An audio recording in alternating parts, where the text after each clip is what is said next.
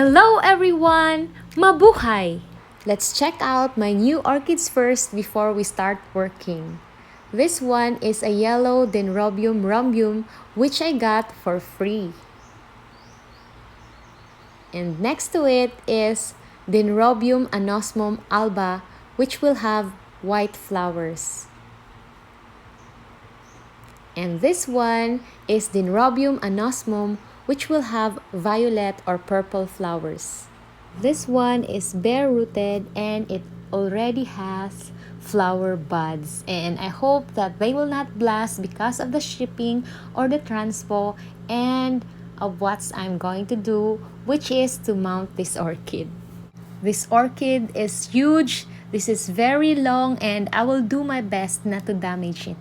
It's my long time wish to have Sanggumay because I just saw them on trees when I was a kid. They were very fragrant, very beautiful, and we didn't even have this in our house. And now I have this. Luckily, the seller even gave me a freebie, so I now have 3 kinds. They have different names, but I call them all Sanggumay, and if you want to learn more about them, Fat Gardener Orchid Lover has a video about them. You can check that out later. Let's start working. I will use the VANDA basket in the middle, and I have a video where I bought them. You can check that out later.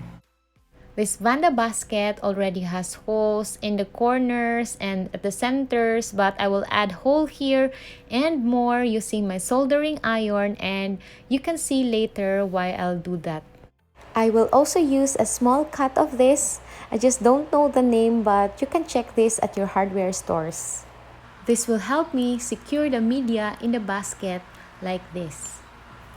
I'll just check how much I need and then I'll start cutting.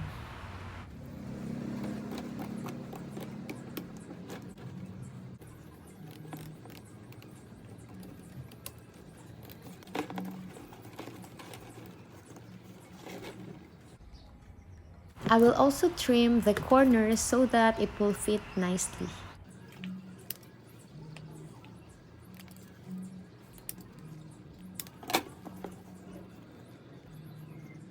I have made the holes, and now I'm going to place the barks and charcoal.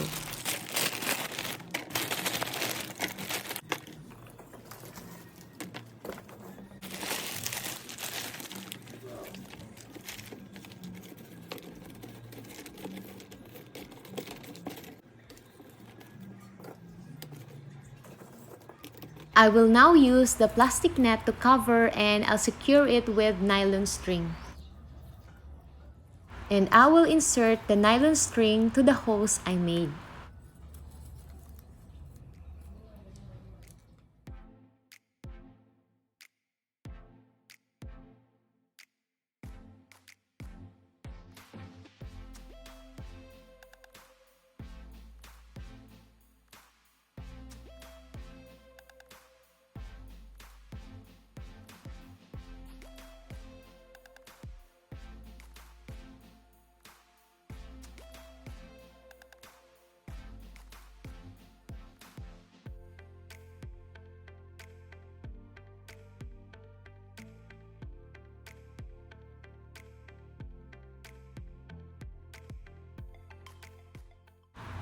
I cutted the string, and now I'm going to tie this to secure.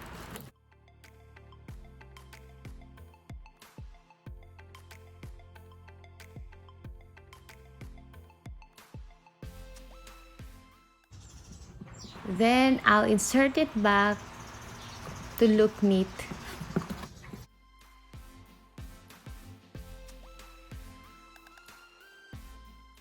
I will do this again to the other holes, and I'll show you once I'm done. I'm finished, and this is how it looks. Let's proceed to the next part.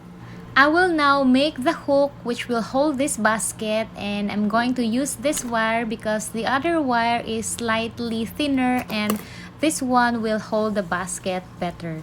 I will make M hook to hold this basket, and I learned this at Maria Young's Orchid Adventures, and I'm putting the link in the description so that you can check that out.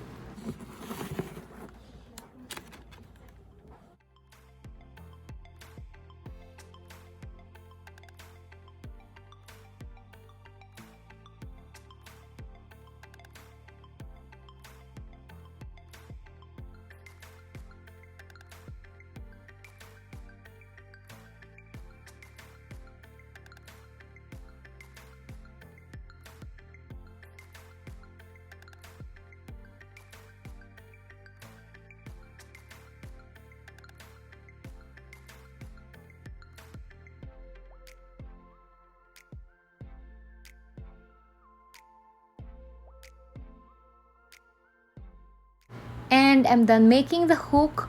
All I need to do now is to fold this.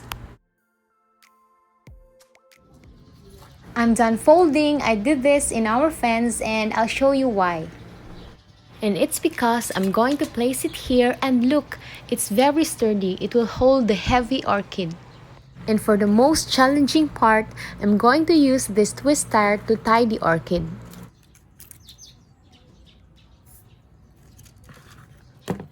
In doing this, I support the orchid with my shoulder. It's leaning on my shoulder and it's not an easy task.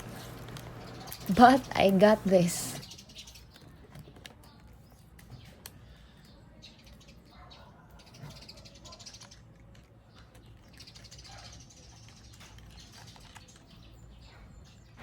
And it's done! I reinforce the twist tire with a tie box or a plastic tie. Then I will just remove the plastic tie once the orchid is established.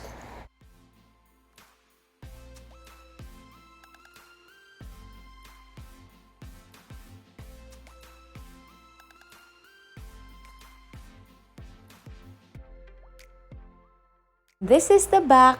Thank you for joining me. Don't forget to subscribe.